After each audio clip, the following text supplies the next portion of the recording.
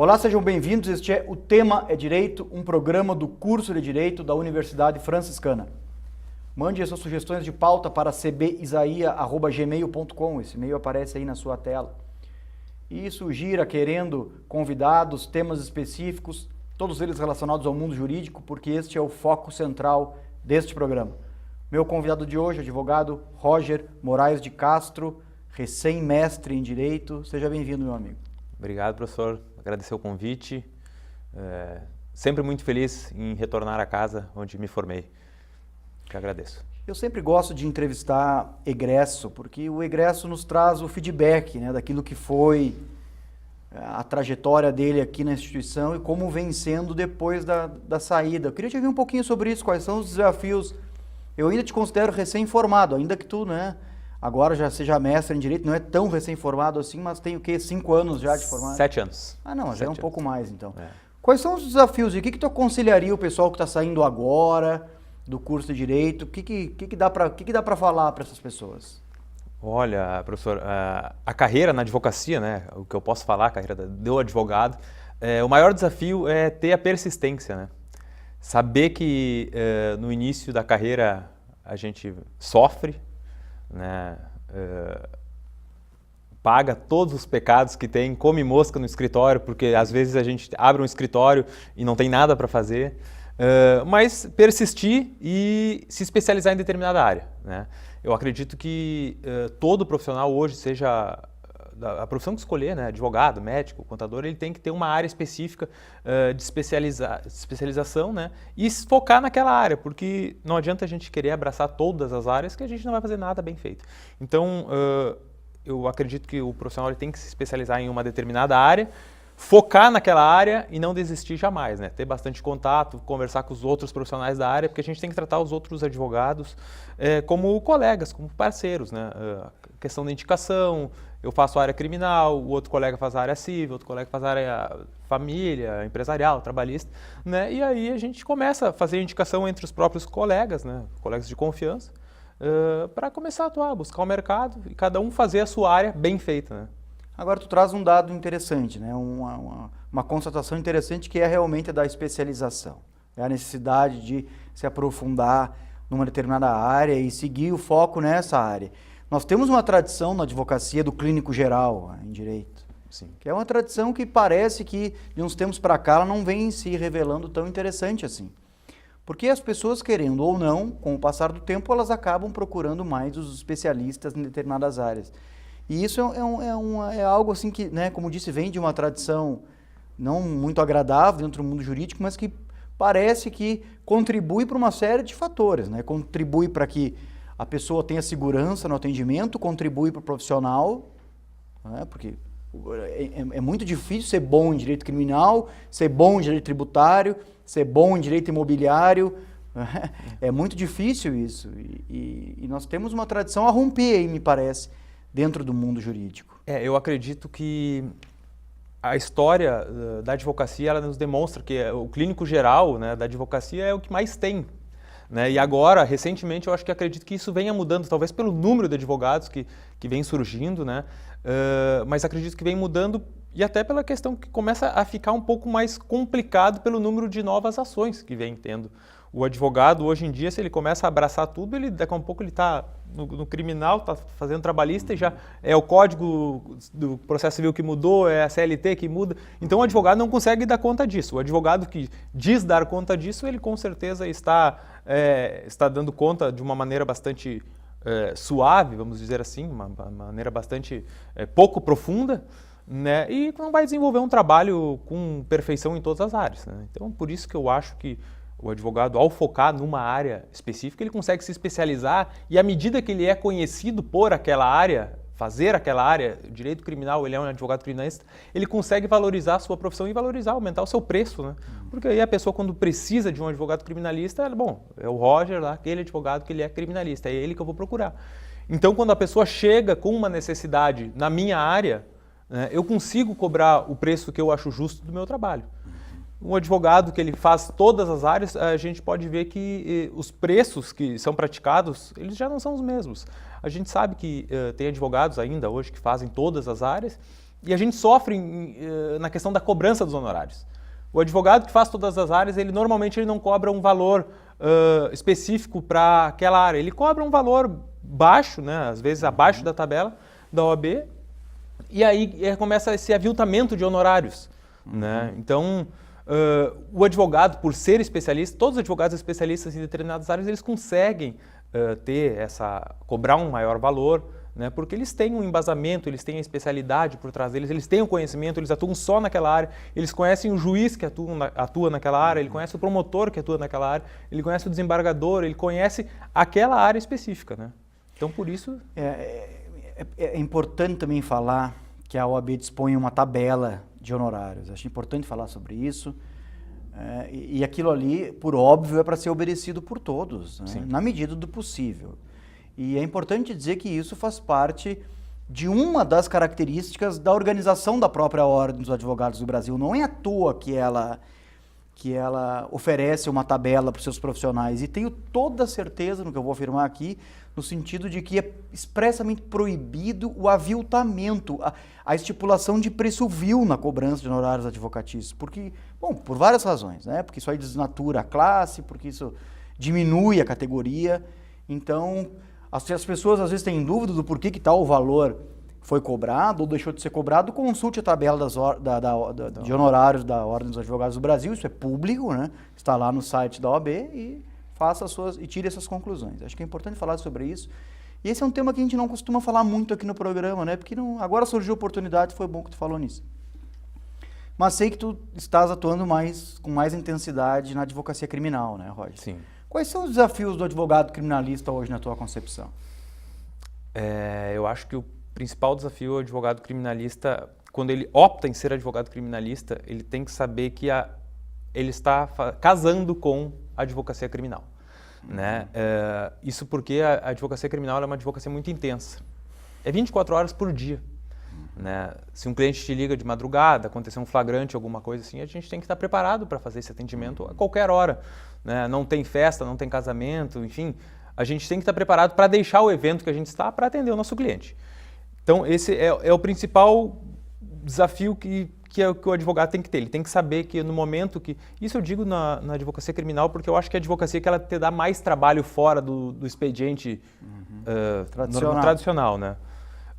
E o outro que eu considero um pouco mais complicado é ter que encarar, de certa forma, a sociedade, porque a sociedade ela vê o advogado criminalista, às vezes ela confunde o advogado com o cliente. Às vezes a gente defende uma pessoa que cometeu um crime sexual, um tráfico de drogas, né, um homicídio culposo, enfim, que a sociedade julga ser doloso. E aí começa aquela pressão em cima do próprio advogado, porque é advogado de vagabundo, que é advogado de assassino, que é advogado de traficante. Então isso aí, se o advogado ele não é consciente dessa separação, porque não adianta a gente esperar essa consciência do público em geral. A maioria não vai ter essa consciência. As pessoas, infelizmente, elas acabam confundindo a pessoa do advogado com a pessoa do seu cliente.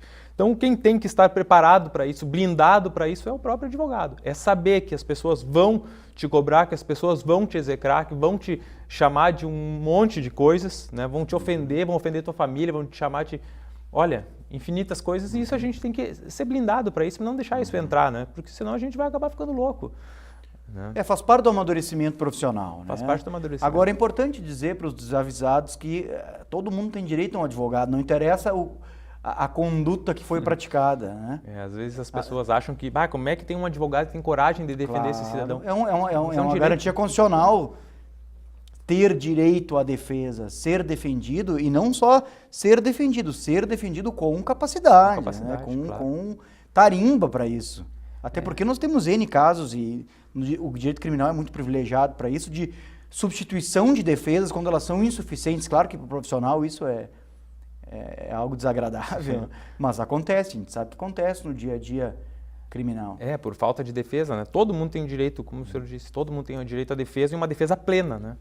No momento que um juiz percebe que ou que o próximo advogado percebe que o trabalho do colega, o trabalho que antecedeu ele não foi um trabalho bem feito, que faltou defesa, esse processo pode ser anulado, pode voltar do início, né, para fazer uma nova defesa, porque as pessoas elas têm o direito à ampla defesa, têm o direito à defesa. Então, a partir do momento que um colega não é capacitado e Infelizmente, a gente sabe que ainda tem alguns, talvez pela essa tradição de todos os advogados exercerem todas as especialidades dentro do direito, acabam, por vezes, de passar coisas em branco que quem um advogado especialista na área não deixaria passar.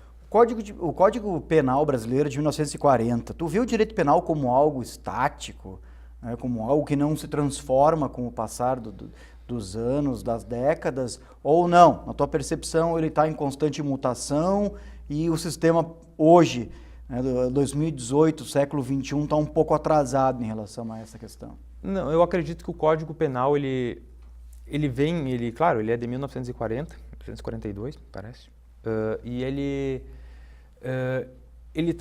tem as penas dele, principalmente, tem algumas penas que ainda estão estagnadas por aquele que era o ladrão de galinha lá do passado. Então, o Código Penal, de certa forma, não acompanhou a evolução da sociedade. À medida que tem algumas coisas constantes no Código Penal, que elas são inconstitucionais, porque a nossa Constituição Federal ela é de 1988 e não recepciona muitas das coisas que lá no Código Penal estão. Então, a primeira coisa que a gente precisa fazer, nesse caso, é uma filtragem, né, hermenêutica constitucional. Ver o que está de acordo com a Constituição e o que não está de acordo. Isso vale para o Código Penal, vale para o Código de Processo Penal, né, para ambos. Né, porque à medida que a sociedade evolui, o Código Penal ele mantém algumas penas, né, estáticas,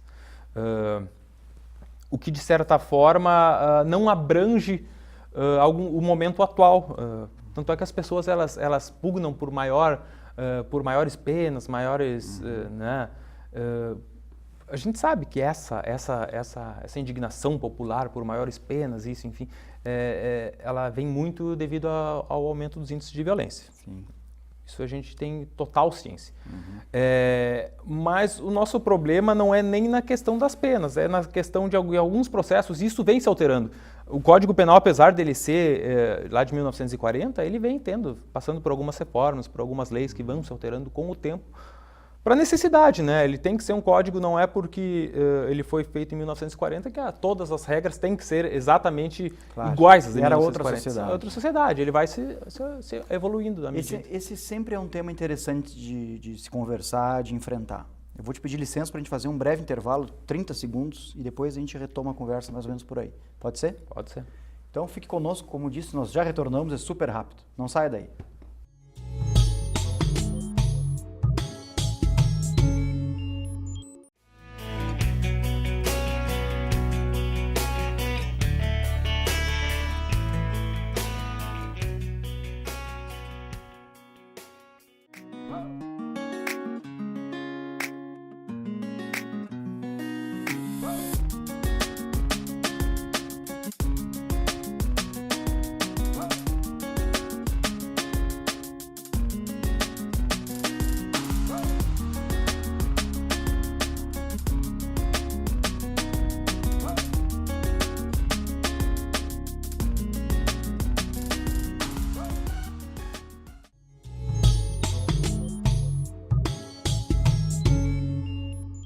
Retornamos com o tema é Direito de hoje. Este é um programa do curso de Direito da Universidade Franciscana. Não deixe de mandar suas sugestões de pauta para cbisaia@gmail.com, esse e-mail aparece aí na sua tela. E querendo, nos indique temas específicos, convidados que vocês desejariam que eu entrevistasse aqui, porque este, como sempre digo, é o foco central deste programa. O enfrentamento, a discussão jurídica das mais variadas espécies e atualidades. Meu convidado de hoje, advogado Roger Moraes de Castro, recém-mestre em Direito.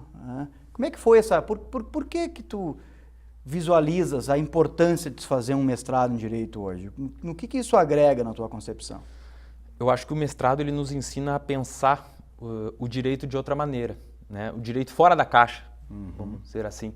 Né? A gente sai da faculdade com um pensamento, a gente entra no mercado do trabalho com aquele pensamento da faculdade, a gente faz uma especialização e vai vendo que às vezes a gente se torna muito pragmático. Lê a lei, lê a Constituição, lê a decisão e bota aquilo no papel com base na doutrina. Né? E o mestrado ele ensina a gente a refletir o porquê das coisas. Né? De onde é que vem essa coisa, o porquê que essa coisa é assim, como deveria ser. O mestrado ele me ajudou muito a conseguir pensar, conseguir refletir, a conseguir principalmente escrever o que eu estou pensando nas minhas petições, né? Ele me ajudou a aprofundar, sem dúvida, muita coisa, né? Eu acho que eu evolui muito durante o mestrado, pretendo continuar evoluindo, né? Acho que tem aí o doutorado depois para fazer, o pós-doutorado, enfim. Mas eu acho que o mestrado ele é uma obrigação, principalmente de quem quer continuar na carreira dele, da advocacia. Um curso de pós-graduação, ele alerta, né, me parece que é importante falar sobre isso também, ele alerta o fato de que tradicionalmente no direito nós estamos numa espécie de limbo aí entre uma sobreposição da objetividade, do objetivo, e aí nós estamos totalmente vinculados a uma metafísica aristotélico-tomista, uma metafísica da objetividade, das coisas portadoras de uma essência, né? E de um outro lado, o outro lado desse limbo seria a metafísica da subjetividade, a metafísica mais moderna, e relacionada à filosofia da consciência, em que nós apostamos na subjetividade. Então nós temos, para resumir, de um lado, né, a aposta no enfrentamento daquele objeto, como se ele tivesse uma essência, ele nos dissesse a verdade sobre ele próprio, e de um outro lado nós também apostamos na figura do sujeito solitário, do sujeito enquanto subjetivo, agregando sentido às coisas de forma arbitrária, às vezes discricionária. Tu vê isso como uma prática no direito penal hoje? O fato de, por exemplo, uma hora nós nos vinculamos diretamente àquilo que a lei diz, como se ela trouxesse a verdade sobre as coisas. Numa outra hora nós apostamos muito no que o sistema, por meio da magistratura, diz em relação às coisas. Como é que tu trabalha com essa questão hoje dentro do direito penal? Eu acho que o direito penal ele é o direito que mais sente a questão da subjetividade do julgador. Isso eu digo porque o julgador ele tem sobre ele uma pressão muito forte da população, uma pressão externa que chega até ele ao julgar um caso processual penal, especialmente nos casos midiáticos. E o que eu vejo é que a gente está refém de talvez, posso dizer assim, um governo de juízes, né? Os juízes eles estão julgando as coisas conforme o pensamento deles, conforme a própria subjetividade deles que eles têm sobre o fato, sobre o objeto. Pegam a lei, né, o nosso STF, ele pega, determina determinada lei e encaixa como ele quer e depois ele acha a fundamentação, o porquê que ele aplicou a lei naqueles termos, né? Primeiro ele decide e depois ele fundamenta. Esse é um problema sério que a gente tem e no direito processual penal a gente sofre muito mais com isso porque a nossa lei ela tem que seguir, ela tem que vir da Constituição, né? A gente tem que ter um pré-conhecimento da Constituição antes de mais nada. Né? E no direito processual penal, o que acontece? Alguns julgadores, eles julgam como eles acham que deve ser, né? A melhor resposta que a sociedade, ele dá a melhor resposta para a sociedade e não dá a melhor resposta para a Constituição. O fato de ele dar a melhor resposta para a sociedade, por vezes é aplaudido pela sociedade. Né? Na maioria das vezes ele é aplaudido pela sociedade. A gente tem exemplos aí né, nesses últimos tempos. Mas quando aquele que aplaude no momento daquela decisão, quando ele está no lugar do réu, aí ele já não aplaude, aí ele dá um grito de horror. Né? Porque aquela decisão é arbitrária, é inconstitucional, mas agora ele está sofrendo na pele dele, né? Os efeitos dessa decisão inconstitucional. É por isso que eu te perguntei o que eu te perguntei, né? Porque é num programa de pós-graduação que a gente tem a possibilidade de investigar essas coisas, de investigar qual é a espécie de tradição que nós temos inseridos, o que é uma democracia, como isso se desenvolve, quais são os postulados democráticos básicos a serem observados, qual é a importância de se falar num sistema coerente, num sistema composto por noções de integridade, por que na hora de se decidir nós temos que olhar para o sistema e abdicar de convicções pessoais, morais, religiosas, etc. Toda vez que a gente visualiza isso numa decisão, por exemplo, ali o direito ele foi corrompido por um sistema que não é jurídico e muito possivelmente está relacionado à convicção pessoal daquele que está a julgar. Infelizmente... Isso não é democrático. Isso não é democrático. E infelizmente essas decisões que a gente vê que foram corrompidas, elas fazem com que a gente fique um pouco triste, aborrecido, porque a gente estuda, a gente pesquisa, a gente sabe qual é a decisão certa e a gente vê que aquela decisão, por mais fundamentada em algumas leis, que ela pode estar fundamentada em algumas leis, ela está maquiando alguma situação externa, né? E isso nos entristece e nos deixa até, de certa forma, um pouco, não é triste, é um pouco decepcionado, né? Com as decisões judiciais que a gente vê. Muito porque essas decisões são apoiadas pela população e por alguns estudantes de direito. O que acontece? Muitos saem da faculdade como marcadores de X, que a gente diz. Pessoas que estudam direito para marcar o X lá, essa aqui é verdadeira, essa aqui é certa, essa aqui é A, B, C, enfim, e não conseguem pensar o direito, o porquê que aquilo é assim, né? O Código de Processo Penal ele tem um artigo, o artigo 212, que diz que ao juiz cabe fazer perguntas complementares. Perguntas complementares a gente tem que entender como perguntas complementares. Na prática, os juízes fazem N perguntas. A gente tem caso no escritório que teve um juiz que fez 170 perguntas na audiência porque o promotor não foi. Condenou com base na sua própria pergunta. Bom, mas aí é o fim do Estado Democrático de Direito, né? A gente tem que saber primeiro que é a imparcialidade que tem que ter um julgador. Para ele ser imparcial, ele não pode estar perguntando, porque um juiz nunca vai perguntar, ter dúvidas a respeito da absolvição. Ele vai perguntando até achar algum motivo para condenar o réu. Essa é a verdade. E a gente tem que saber separar as funções dentro do judiciário. Promotor de um lado, acusando, juiz ser imparcial e o advogado defendendo. No momento que o juiz sai da cadeira dele de imparcial, de julgador, para a cadeira de acusador, acabou o direito, né? Acabou a Constituição. Por isso, né, mais uma vez, é importante a gente registrar a necessidade da investigação em direito. Acho que essa é a palavra que casa bem com o que a gente está falando aqui. A necessidade, isso deve ser geral, generalizado. O profissional da área jurídica ele tem que ter senso investigativo. Ele tem que buscar a origem das coisas, até para que seja possível propor o novo e propor por óbvio, né, que a sua tese seja recepcionada dentro de pilares de integridade jurídica. Isso é importante falar. Agora, para a gente encaminhar, queria te ouvir um pouquinho sobre um assunto que está relacionado com o que a gente falou até agora, que é a influência. Eu sei que foi o foco da tua dissertação de mestrado foi esse, queria te ouvir um pouquinho sobre isso, que guarda relação justamente com a influência da mídia no processo de tomada de decisões. O que tu tem a nos dizer sobre isso? Esse tema, quando eu escolhi, foi um tema bastante difícil, me custou bastante caro em razão de eu conseguir decisões que eu comprovasse essa influência. Essa influência, desde o início, eu tinha certeza que ela existia, mas a gente tinha um certo receio em comprovar no judiciário, nas decisões judiciais, que havia essa influência externa lá dentro. Fundamentação com base numa influência externa. Né? Felizmente eu consegui, eu fiz uma pesquisa grande, procurei em vários tribunais, principalmente de primeiro grau, e achei muitas das decisões que constam essa influência externa.